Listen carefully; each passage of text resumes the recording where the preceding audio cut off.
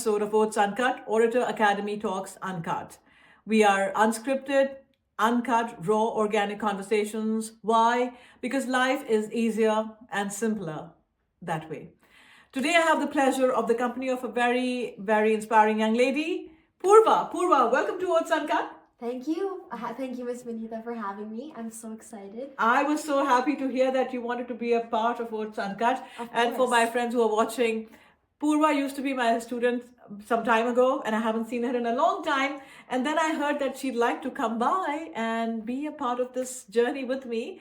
And nothing makes my heart feel love when something like this happens.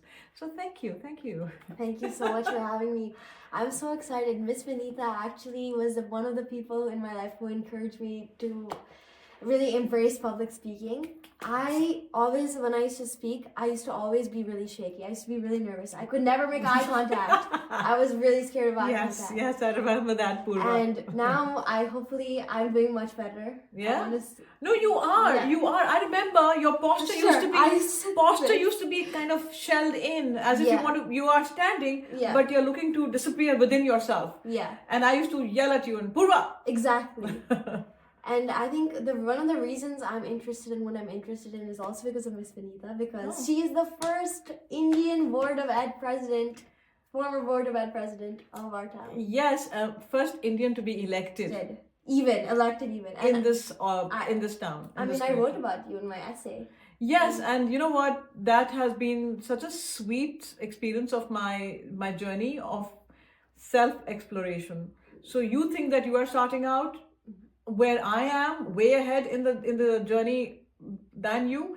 Typically, I could probably think that, I've lived most of my life, which I have, but I still feel that there's so many cool experiences that I still can have and be a part of. So I'm very grateful when I was nudged to run for the election, and when the community accepted me by electing me in a very tough, contentious election. Mm-hmm. I remember you elected in a very tough time during COVID. During COVID, there were 4 candidates, 1 seat, and all 4 candidates were good, were qualified. And I remember in that experience, Poorva, what I learned and about myself is that even in my interviews and debates as a candidate, I had made a pact with myself that I'd never ever put my opponent down. I don't need to bring anybody down to make myself look better. And I try to teach my students that as well, because you shine your own light. Exactly. I don't need to dim yours to look brighter. I always hear this question I wanted to ask you. I remember you were at this event, the Campaign School of Yale for League of Women Voters. Yes, do you remember that? Yeah. And I think there was some discourse at that event where people were like, should women bring motherhood into politics? Some people women say that it's a really big part of their identity, and other people get annoyed by it. I don't know if I framed that right. Annoyed by a person being a mother? Yeah, so what do you think about that? How does the world go on? Exactly. If we don't embrace motherhood, the world will eventually come to an end. Is that where we are heading? Yeah. I think it's such a sweet part of being a woman. At least for me, I only speak for myself, and I think I would not have it any other way. I'm so glad that I had the children that I had, and I'm so glad to be able to work with children, the people who are going to carry our world forward and our countries forward. I think it's so beautiful. I think human species would go extinct if motherhood, it's a natural phenomenon. People say that it shouldn't be played up in political campaigns. I personally, I disagree with that. I disagree wholeheartedly. Who's playing it up? I'm not saying that it's holding me back. It's a condition that everybody needs to understand. A woman goes through things that a man needs to know, because a woman and man make this world go forward. I think it is a qualification. The skills that you learn from being a mother, it's something that I don't think I don't even think I understand until obviously it happens. I think it's I don't think they're just these things about identity. You said, even you were talking about before, how we need to hide certain parts of ourselves when we're in the political sphere. What are your thoughts on that? When you say hide certain parts about ourselves, is what? What do you mean? Maybe play up a certain part of our identity and play down a certain part of our identity. I think I get it. Yeah. So the thing is, even though we just said a few minutes ago that I was the first person of Indian origin to be elected in this town, but when I was campaigning, I never ever talked about my brownness. Because that's not the criteria I wanted to go by to be elected. My thing was, the proof is in the pudding. And I produce my pudding. I offer you my pudding. I had done enough work in town to qualify for the position. And if that was considered to be worthy and promising of me as a candidate, great. And if not, so be it. So I never ever played on my ethnic part. We, MLK, we just had MLK Day. Didn't MLK say that, I wish for the time when we are not judged by the color of our skin, but by our character. So I think no, we need to think beyond, look beyond, but be cognizant also of your ethnicity. I don't want to be a confused person either. I'm a very deep-rooted Indian, Hindu, but I am very American also, because this is the chosen land of my life. I have chosen to be here. Exactly. So either I become a part of it or go back. As simple as that. So I think ethnicity is to add color to our world. Different colors. I love seeing diverse leaders. I just think more people need to show up to these events so that these diverse leaders can be supported. Otherwise, who gave you the confidence to run for these positions, to be involved in the town? What really gave you that push? I was always very involved. So when my first brush was with volunteerism was in Harrison School. The multicultural, where I, without thinking, signed up to chair the multicultural committee, to find out that nobody else signed up for that committee because there never was a multicultural committee earlier. So nobody knew what to do with it. So nobody wanted to get into something that was brand new. Once it's already started, then it's just easy to follow. So when I was told that I was the only idiot who signed up for that committee, and that too to chair, now that put a bit of a moral burden on me. What was I thinking when I crossed the box to chair? Did I have a plan? Why would I want to lead something that I didn't have a vision for? So when I was approached by the PTA president, I took it as a matter of prestige that I have to come up with a plan if there isn't one before. And none of the other schools had done it before. Nobody knew. It was a blank slate. So when you're starting out with a blank slate, it is easier also, because then you don't have to stay between the lines. I think you become a trendsetter. You draw your own art. You create your own art, and so I did that. And we did the fashion show and the dances by the parents and the food from home with ingredients all listed. I think the first year we had about 12, 13 countries, but now it's just gone outrageous. It's an extravaganza now. We have the henna and all of those things happening. I know. So I feel like a parent who's so heartened to see that growth that multiculturalism has had in our schools here. So that's where it typically started. And then I also realized, going back to the ethnic part of us, I realized that when I decided to come up with a plan, there were so many people who reached out to me who had not even offered to volunteer in this committee. But when they saw a colored woman leading this committee, they felt certain affinity and they contacted me and worked with me, and the committee grew. All it takes is one person. Really, all it takes is really one voice. So Yeah, that people can, one person to be a leader, and then everyone will follow. absolutely. And I also remember going to the PTA meetings, Poorva, and I was a new immigrant. I hadn't been here too long. So you go to a PTA meeting, there are not too many brown people around you. And then when you start speaking, you see everybody staring at you. You don't know what they're staring at or for. You just feel judged and conscious. You feel you're doing everything wrong. Maybe that's why they're staring at you. It has taken me a quarter of a century to realize that sometimes they can also stare at you in awe. Because I think their thought was, fresh off the boat, speaks English. Right, because a lot of people have said to me, "Oh, you grew up in India. How do you speak such good English?" Well, because we grew up speaking English. That's very disappointing. My dad, he grew up in India too. He speaks better English than my teachers. Yes. He's been speaking better English than my teachers. But not everybody knows that. Yeah. Not that's everybody. Unfortunate. That's very unfortunate. So our job is to educate people. So that's what I think. That's where I kind of leveraged my ethnicity when I felt that people felt comfortable coming to me and working with me. Yeah. So I was pushing myself out of my comfort zone so that the others did not have to at that moment. And then once multicultural took off, I was very happy to hand it over and move on. Yeah. And then when I moved on and I was not doing anything because, when the children are a certain age, you guys don't want to see the parents around in school all the time. Yeah. So then my children were also like, okay, enough, mom. You've been in schools a lot. Can you just give us some space? So I stopped being as active in schools as a PTA, as a parent volunteer. Yeah. And then the mayor in 2017, the mayor, at that time mayor, Al Anthony, he picked me up and he said, okay, you are promising, you've done so much, you are going to continue working. So he put me on zoning board and open space trust committee. And then I started learning about the municipal governance. Yeah. Which I feel like there's not too much education about in school. There isn't, yeah. Like I do, obviously everyone knows the 3 branches of government. Everyone knows about the federal government. No one really knows about the municipal level, no? Yeah, so actually that's why I think a lot of young kids have started getting involved. Yeah. You have the 20-something standing for mayor. I know.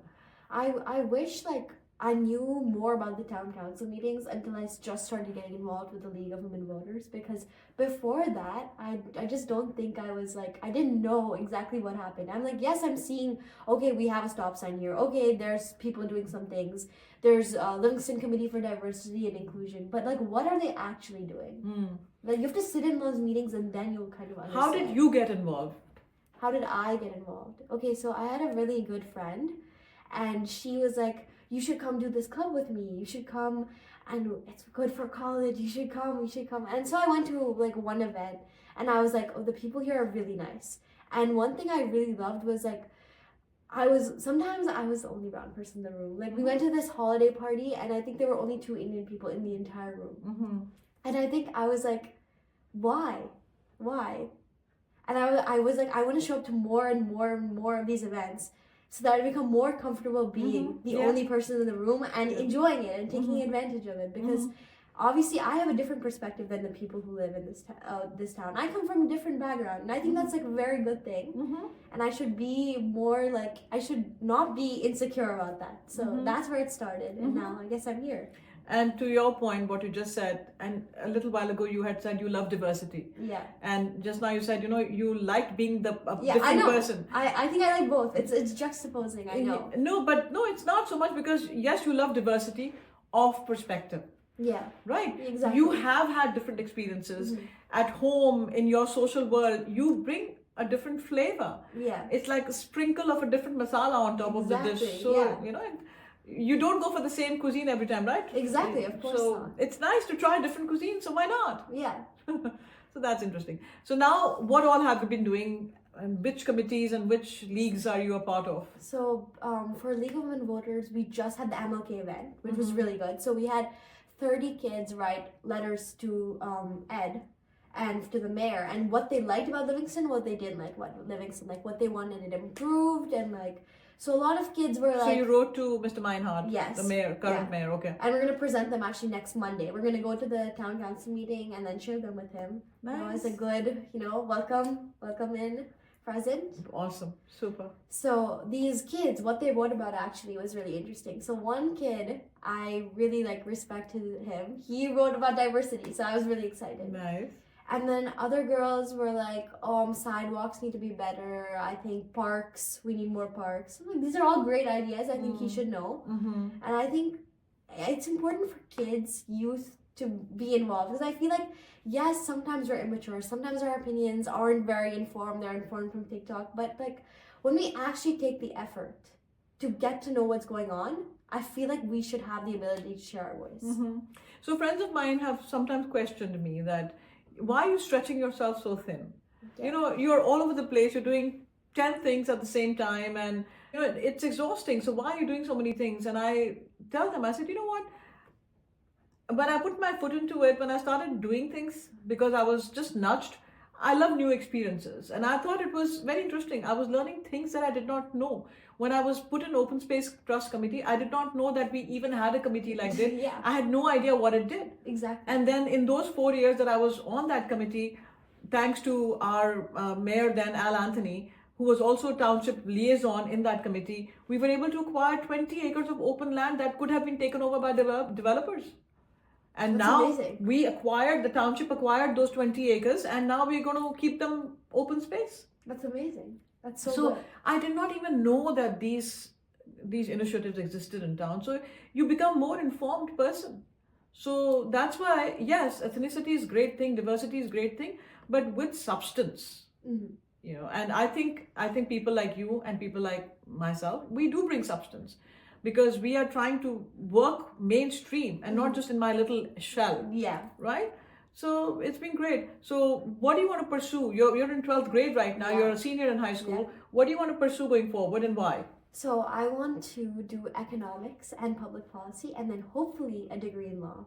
So the reason why I chose like these two combinations of subjects is like in economics, I'm really passionate about how like you have this humanities aspect of it. You have this like macro perspective about gentrification and GDP and Gini coefficient and this wealth inequality. And then you also have this like more STEM perspective where you can use graphs and charts and logic. So I like the combination of the two. I'm always a big fan of like anything interdisciplinary, and I think that's why I'm so like attracted to economics. And I can feel the passion that you have for the subject. Yeah. So I think with that kind of passion, you will do well, because I hope so. I feel that eagerness and that excitement and that burning desire at the same time to pursue that path. And like I tell all my students, I think you need to also explore leadership roles. Of course. Wherever, because it's important. See, with leadership comes responsibility. Yeah. So you have to be, it's going to be more work. Yeah. But if you're able to effect change, it'll be so gratifying. Yeah. You know, it's very easy to sit back and say, oh, this is wrong and that is wrong, and I wish we had that. Yeah. Be the change. Yeah. Like a couple of years ago, we didn't have day off for Diwali. Yeah. But people came together and we said, we need a day off for Diwali. Why? It's such a big holiday. It's our biggest holiday. Yes. Why not? Yes. So I want to be a part of making these policies that can actually like help people. Like they're not just like, oh, something we talk about on the Thanksgiving table. Everyone loves to talk. Everyone thinks they're a politician at the Thanksgiving table. But the minute it comes to actually showing up at these events and like talking to the actual people, to being there when it's hard, like people don't want to do that. And I think that's disappointing. Absolutely. So, you know, when I got on the board and Board of Ed, and to be the first person of Indian descent to be elected in this town, to be the president of the board, I know that I wasn't there because of my color.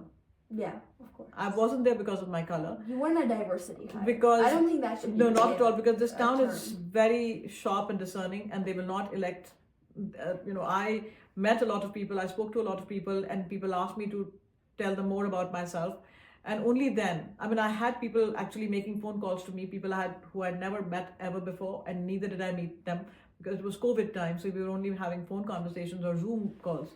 But and then even with the zoning board, when I was called back on the zoning board after I got off the Board of Ed, and I was offered the position of vice chair, that was not because of diversity. That was clearly because that was my 5th year on zoning board, and I had served in leadership capacity before. And you know, the sweetest thing happened to me a couple of days ago on Wednesday. Actually, I got a call from a former colleague, not colleague, but a former hire on one of these committees, who was working for the township and he was getting paid for it, a very elderly professional gentleman. And he called me and he said, I just wanted to let you know, even though I'm not working with Livingston anymore, I wanted to let you know that it was a pleasure to work with you last year. And I admire you for your leadership. I admire you. You are a very conscientious person. You carry yourself with dignity, grace, and I love the way you conduct yourself. And if you ever want to run for any future office, I will help you as a friend. And I said awesome. I said to that gentleman, I was so taken aback, and I said to the gentleman, I said, I don't know what I've done to warrant this call, but thank you for making my day. He said, no, you didn't have to do anything. Just being yourself was enough. So then even though I don't seek that validation, but it feels good to get that validation that, okay, I did something right. Because it's not the color. I'm very mindful of that. It's the metal, not the skill, not just the ethnicity. But wow. So I hope that you pursue leadership roles. I hope so as well. I am so happy to see the evolution of Poorva. Thank you. Every time you say that, I fix my posture slightly. Yes, you fix. I love that. And just as you used to say, shoulders back. Shoulders back. Roll back. Yeah. Roll back. Absolutely. Because why this? Why slouch? Why this? Why slouch? Yeah, shoulders upright. I think whenever I go into a job interview, Miss Vineeta, I've had to do some college interviews. I always think of you. First thing, always show yourself and present yourself in the most confident way. That's what I think the best lesson you taught me is that you should never be afraid of anyone. Yes. And why be afraid of being yourself? Yeah. Right? Yeah. If you don't love yourself, no one else will. Yeah. So I don't want us to be cocky in our head and arrogant and stupidly arrogant at that. But at the same time, have that confidence, show some love to yourself and give yourself a pat on the back once in a while. Otherwise, if you keep waiting for validation from outside, that may or may not happen. And that should not be the defining factor of my good work, your good work. Yeah. That's what I mean. But thank you. Thank you for having me. Thank you for coming today. This was such a pleasure. Yeah. I can't believe we are over 20 minutes. Yeah. That is on the higher side. I like to cut it off at 15. Yeah. But thank you for coming, my dear. Thank you so much for having me. Reaching out. I wish you all the love and all the luck going forward. Keep rising, keep shining, and keep loving what you do. Thank you so much. Thank you. This is my favorite teacher, guys. My favorite teacher. Since I was, 10 years old. It's been a while. You were little. You were little. I'm grateful to be a part of your journey in whatever little way. Thank you for tuning in to this episode of OATS Uncut. I hope you enjoyed this conversation. Take care of yourself. Stay well.